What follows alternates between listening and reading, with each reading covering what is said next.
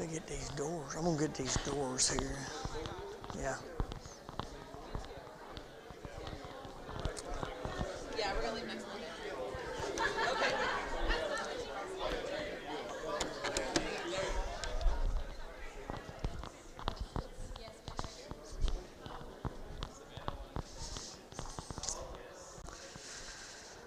Good morning again. Thank you. Dean, Daryl's not here today. Bill Tibbles is not here today. I think they're both seeing their family. Ronnie's here, and Jackie told me to pick on you today. But since I saw Ronnie come behind you, I haven't picked on Ronnie this whole series of lessons. So I don't know. Well, Dean said we're going to be here a little bit longer. He doesn't know, but we missed last week. You know, we had it in here. So I've got 2 lessons to do today. Okay, I always hated that when the preacher said that or somebody, but I got last week's and this week's. So I can't talk too much about Ronnie because I don't have time. I don't have time today. I was thinking this week about, we're studying in the book of Proverbs, and we talked at the very first class about who wrote it and about Solomon and, someone that was wise. And I got to thinking about that this week, and he wasn't just wise, and he wasn't just really wise. I mean, he was at the top of the list. In 1 Kings 29 through, we may go through 32, I don't know, 29. And God gave Solomon wisdom and understanding beyond measure. He had so much wisdom that you couldn't even measure it. And breadth of mind like the sand on the seashore, so that Solomon's wisdom surpassed the wisdom of all the people of the East and all the wisdom of Egypt. For he was wiser than all other men. And I'll stop right there. We're talking about the person that seems like the wisest on earth. And that's who's giving us these proverbs. You know, if I tell you something, you may say, well, Larry said this, and I think Larry knows a little bit. I don't know how much he knows, but he knows a little bit. So, you know, it may be true, it may be correct. And then you say, well, no, Justin said it from the pulpit. And you go, hey, now there's somebody that knows the Bible. And so I think that's pretty good. We can take his advice. And you can go on up through the brotherhood of, ministers and scholars and people like that.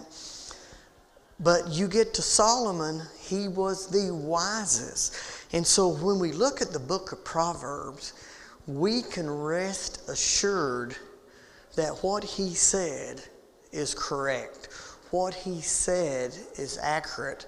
There's not too many things nowadays, especially nowadays, there's not too many things you can put your faith, you can put your confidence, you can believe in. But these proverbs we can believe in because the wisest man of the earth said them, and they were inspired by God. If you go on down to verse 32, it kind of mentions that. He also spoke 3,000 proverbs, and his songs were 1,005. So 3,000 proverbs. You know, I wish someday somebody could say, well, I'm going to quote Larry Moore on one thing.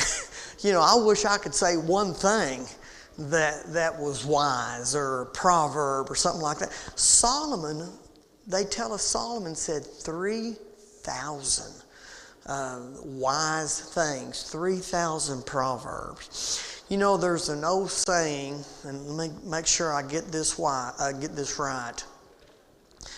Be careful about giving advice. Wise men don't need it, and fools don't heed it.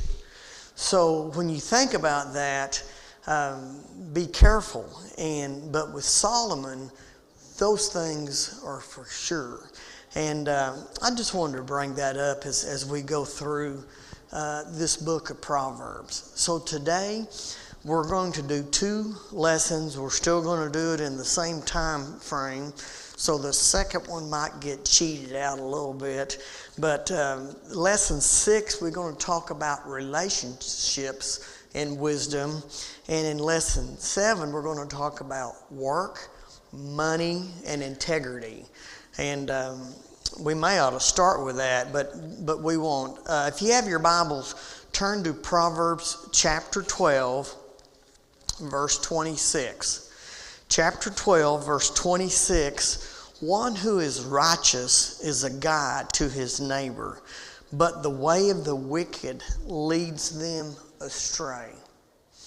Now, some of you were young at one time, and I'm looking at Ronnie Cook, and I was young at one time, and my mom and dad told me to be careful about who I ran with. You know, I ran with Jimmy Huggins a little bit, and so I don't know if that was a good thing or a bad thing, Jimmy. I'm still trying to figure that out. But Mom and Dad told me, don't be running with so-and-so because he's bad company. Don't be running with this group because they're going to get you in trouble. Ronnie, did you ever run with a group that got you in trouble? You did, didn't you?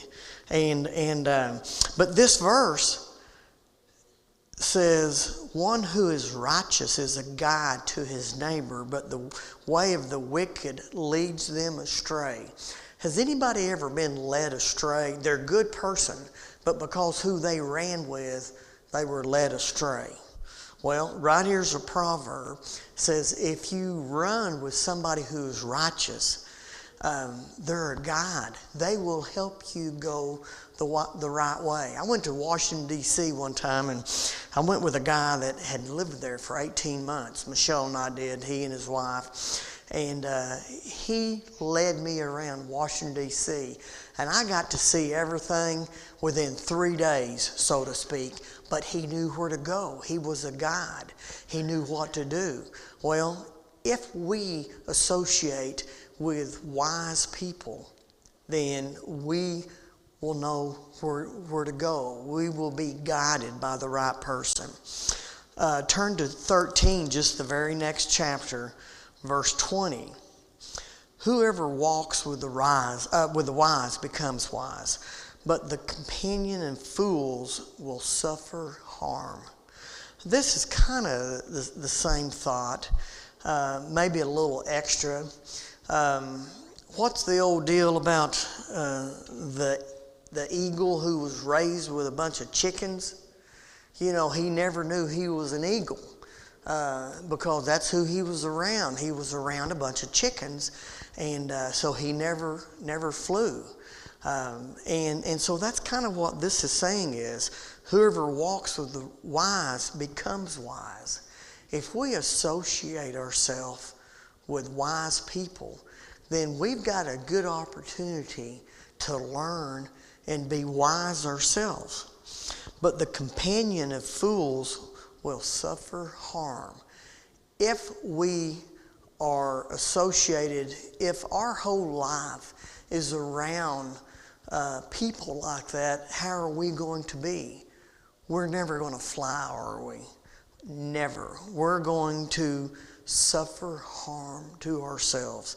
And sometimes when people do that, when they start out young, it is so difficult at an older age to break that habit, to break away from those foolish things that you do because of the people you associated with. Let's turn to chapter 27, verses 5 and 6.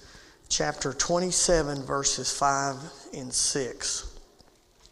And we're going to talk a little bit longer about these verses. Better, and beginning in 5, better is open rebuke than hidden love. Faithful are the wounds of a friend. Now, these, when we examine these are kind of tough when we talk about what they mean. I kind of looked up a little bit on these verses so I could get some help. I understood what they said, but I wanted somebody else that could put it into words better than I could on what these verses say. Let's go back to verse 5. Better is open rebuke than hidden love. That's just why I don't use cell phones up front. I see people do this all the time, and I'm thinking, boy, they're good at that. But as soon as I do it, my cell phone jumps somewhere and it messes up. Open rebuke and hidden love. This phrase suggests that it's more valuable to receive honest feedback, even if it's uncomfortable, than to have affection that is not expressed or concealed. This highlights the importance of transparency in relationships. What if, I'm going to use Ethel because she's on the front row. What if Ethel was struggling with something, and I knew she was struggling, she was having difficulties, and I loved Ethel, but I'm not going to go talk to Ethel because I'm going to hide my love. And what I mean by that is if I really cared about Ethel, I'd go talk to her. Better is open rebuke than hidden love. Now, the rebuke is kind of a harsh word. So let's tone that down a little bit to get the meaning of this. In other words, it's better for me to go talk to Ethel than to let her stay in that situation.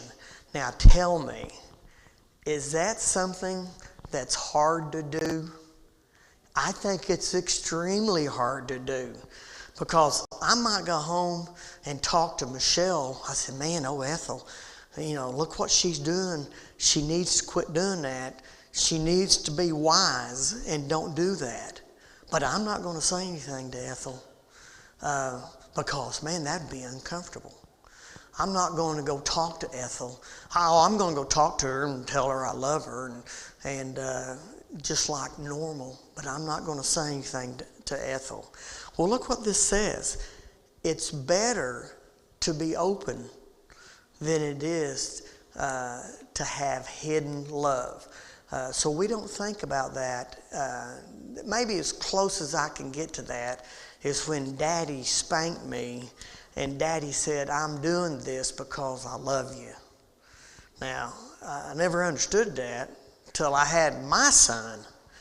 And he didn't understand that until he had his kids. But that's what verse 5 is talking about.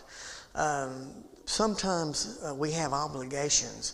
When we love somebody, we have an obligation to look out for their needs, to look out for them. And Solomon is telling us that.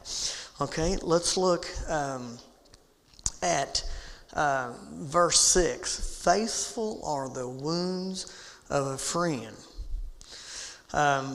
So we're talking about friendship. We're talking about relationship. And it's talking about a true friend will provide constructive criticism. I don't have to go to Ethel and just beat her to a pulp and I act like holier than thou. That's not what God wants you to do. We're talking about constructive criticism. Even if it may hurt in the moment. Such honesty is rooted in true concern for somebody. If I'm talking to Michelle, I tell Michelle that's constructive criticism.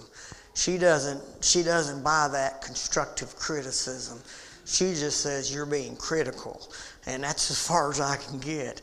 But faithful are the wounds of a friend. You can speak today. Tell me things. Has anyone here ever had to go to a friend? It could be a family member or a friend or a church member. Has anyone ever had to go to somebody and talk to them? I've thought about it a lot at home, saying, man, I need to say something. I need to talk to them. I care so much about them. I need to go talk to them. And then when I see them, it's kind of like, well, I'm just going to talk to them today, ask them how they're doing. Is that something that's easy to do? Is to share something like that? Yes, Jackie. Okay, tell me a little bit about that. Jack said he was a recipient of that.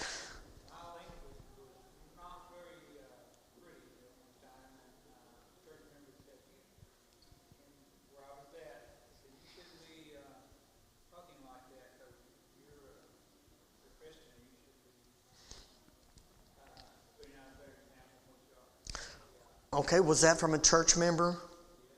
Okay, and if you couldn't hear Jackie, he was talking about he used bad language at one part of his life. And someone came to Jack and said, hey, you're a Christian. You shouldn't be talking that way. First of all, when they said that to you, what was the first thought you had? Made you feel pretty small. And did you ever come to the point where it's like, they came to me because they love me? Did you come to that point? Okay, do you think it was hard for that person to come talk to you? He did what he needed to do, but I need to go talk to Ethel, but I'm not going to do it because I guess I could say I don't have the guts. I don't have the guts to go talk to Ethel. Now, and point this back at me.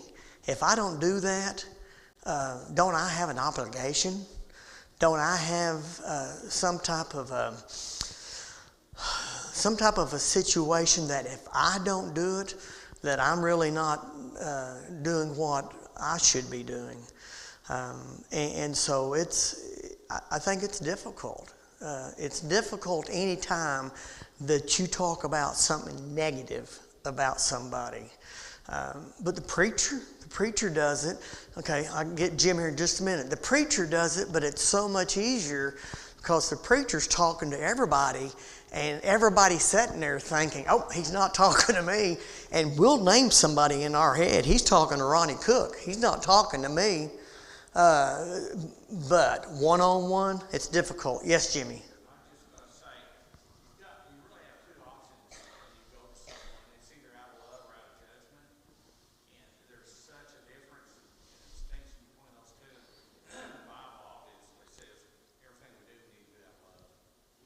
Yeah, you do it out of love.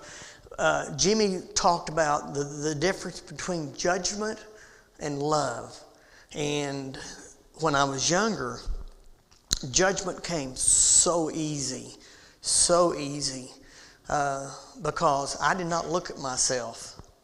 Now that the age that I am, I hate judgment because I've realized that anybody could look at me and they could judge me for what I do wrong.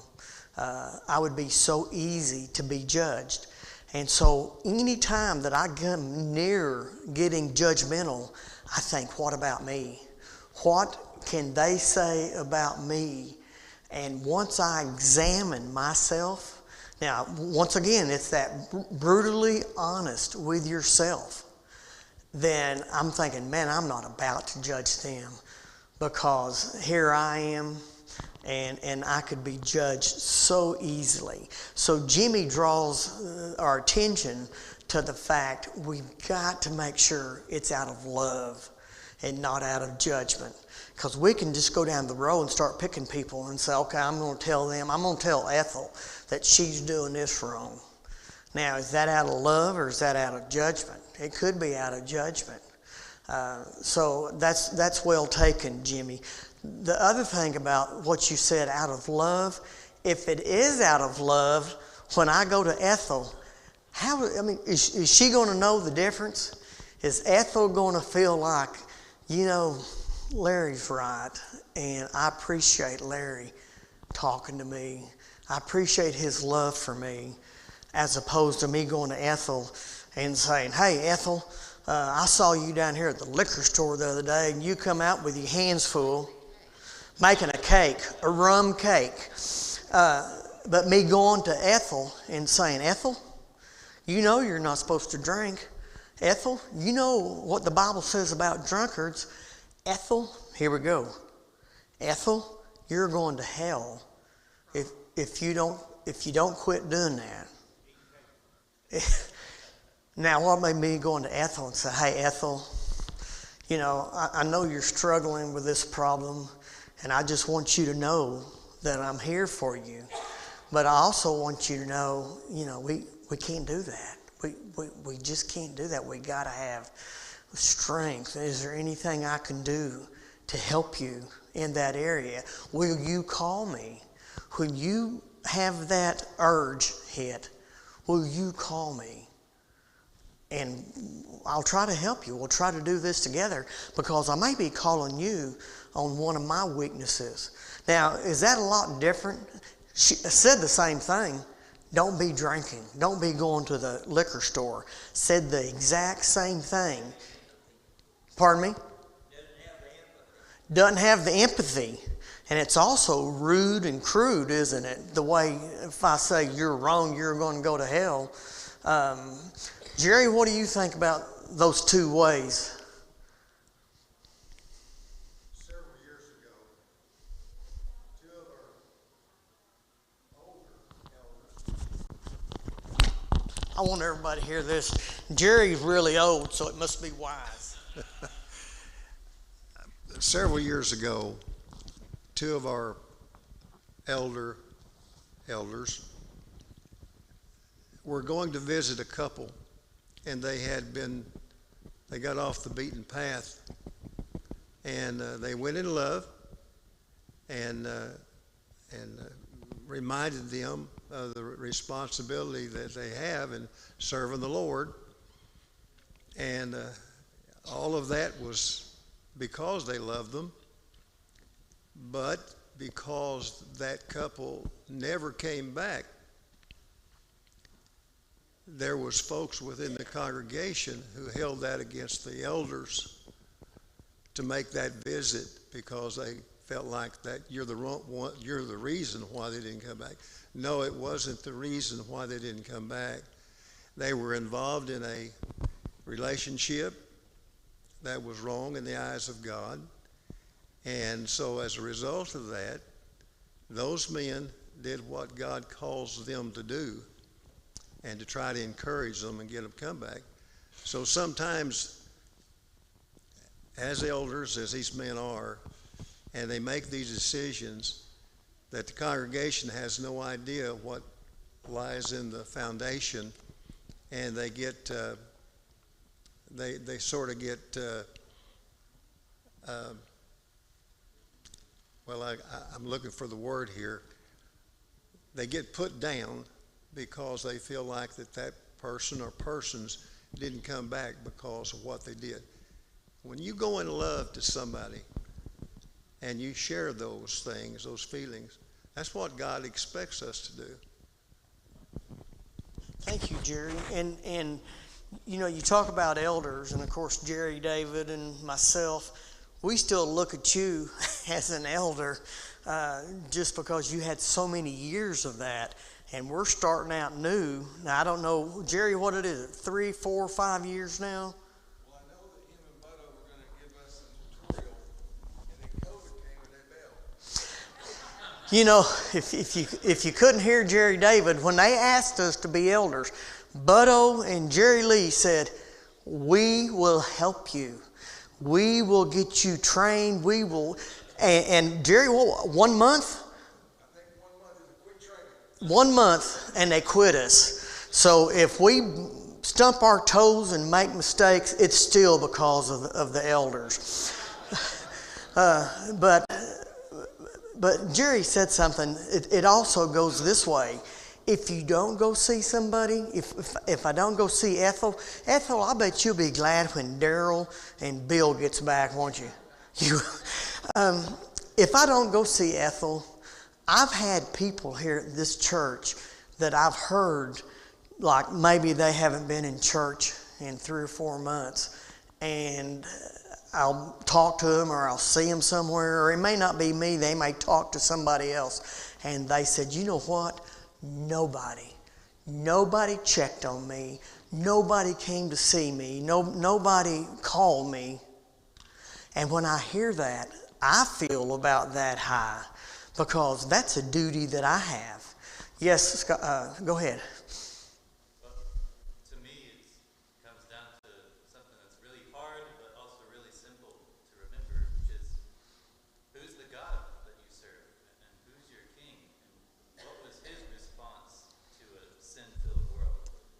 Yeah, he was going to get rid of the sin, but how did he do it? What did he do? He came down. He came to be with us and suffer among us, be with us, and die to redeem us of the sins. You know, that's a good thought. Out there and say, "Hey, stop that, or I'll hurt you." Right, and you. Down with us. That's what I was going to say. You said he came down. What did he do? He visited us, didn't he? Philip Yancey, he's got multiple books. But I remember some phrase where it said, Jesus visited the planet Earth. And that's exactly what you're saying. He came down. He visited us. We were not doing what we were supposed to do, and we had a little visitation. You know, when I was real little, Church of Christ, I remember them having visitation. And there were, I don't know why I remember Paul Rainboat and Sandy. You were a member of, I think, my mom and dad's visitation group. The church was split up in these little visitation groups, and they would go visit people who might not be at church, and we don't do that. We don't do that anymore. We leave that up to the elders, or we leave that up to somebody else will go visit them, and we don't do that. Yes, Paula.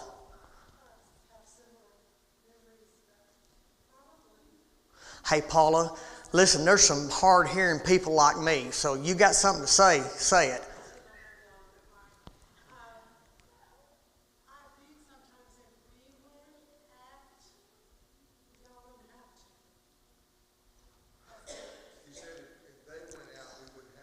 Yes, that's right, Paula. If the church, and you know what, Paula, I think that's a good thought, because if the elders go out, which we should, if the elders go out, the people that we're visiting, they're going to say, well, that was the elders, so they're here because they're the elders, and I'm not going to church.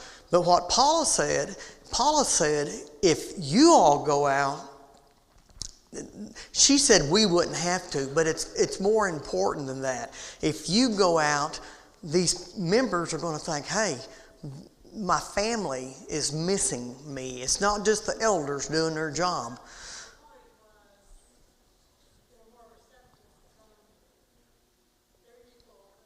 Yeah, more receptive. And it's also, this is a strong term, but it's less hostile, isn't it?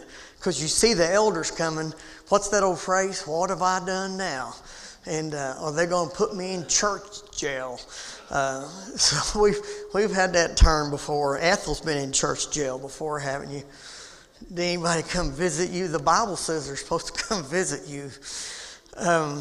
Okay. let's talk about some questions real fast. What qualities make friendships wise or foolish? What qualities make friendships wise or foolish? Let me pick on Jimmy on the back row. Jimmy, what qualities make a wise relationship or a foolish relationship?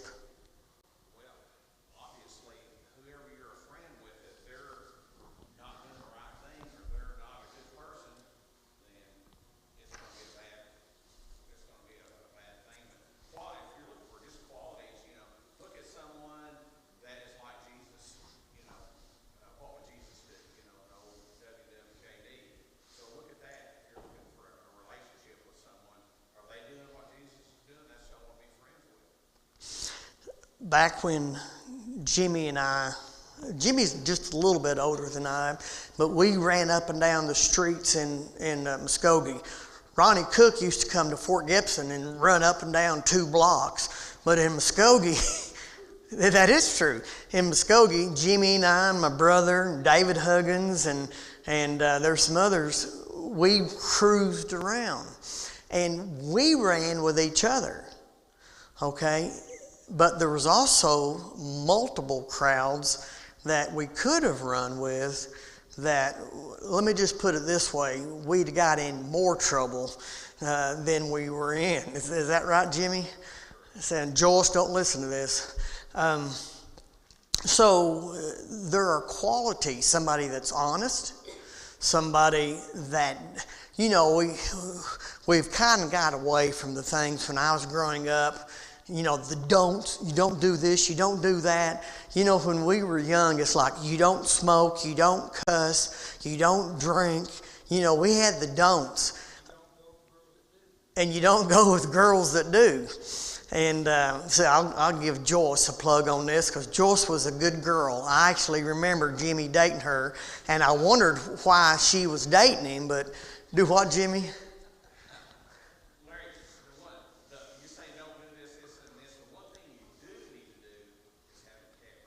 Have integrity. And Jimmy, that's a word that's in the lesson next week, and we probably won't get to the lesson 8 because I want to do this integrity next week. It's very, very important. But let me give you an example. My dad's passed on, and so he's not here to embarrass. Okay. My dad told me when I was, and I'm talking about when I was 4 or 5, I was little. But that's just when you're learning to hear bad words. And my dad told me, and I may have been in grade school, but my dad told me, he goes, yeah, he said, when I was younger, he said, I had a hard time with my language.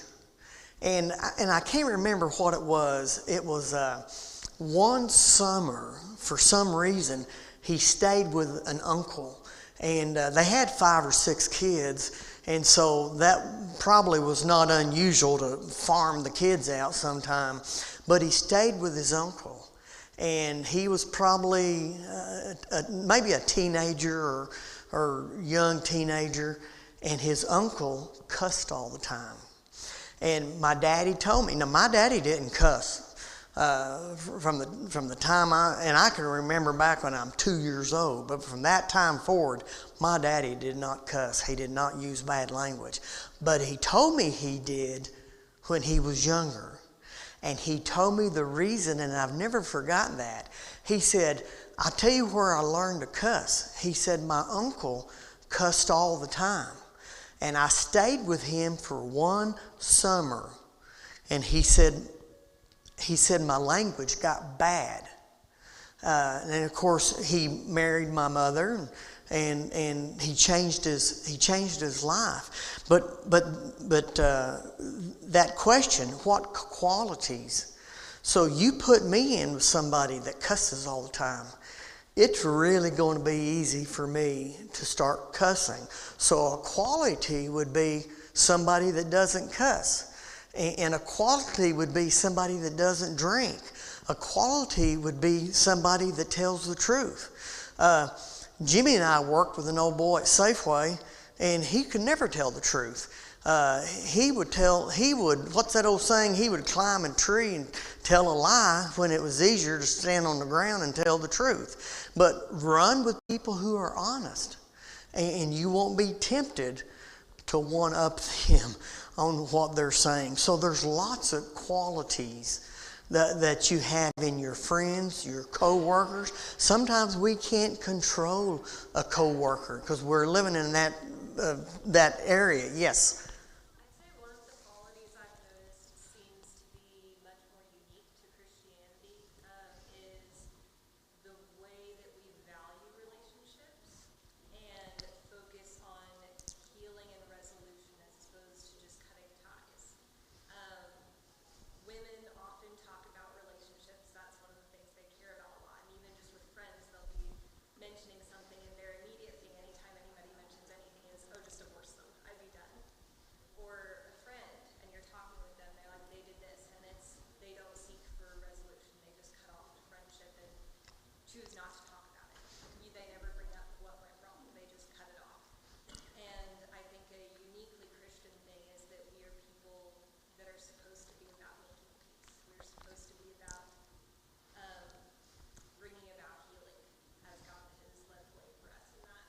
And I think that's one of the primary things that we should look for in those kinds of relationships is, are we forming relationships to serve ourselves, or are we forming relationships that point others towards God and towards that peace and towards that togetherness? You know, you mentioned about people giving up, talking about maybe girls at work and saying, hey, I'm just going to divorce him.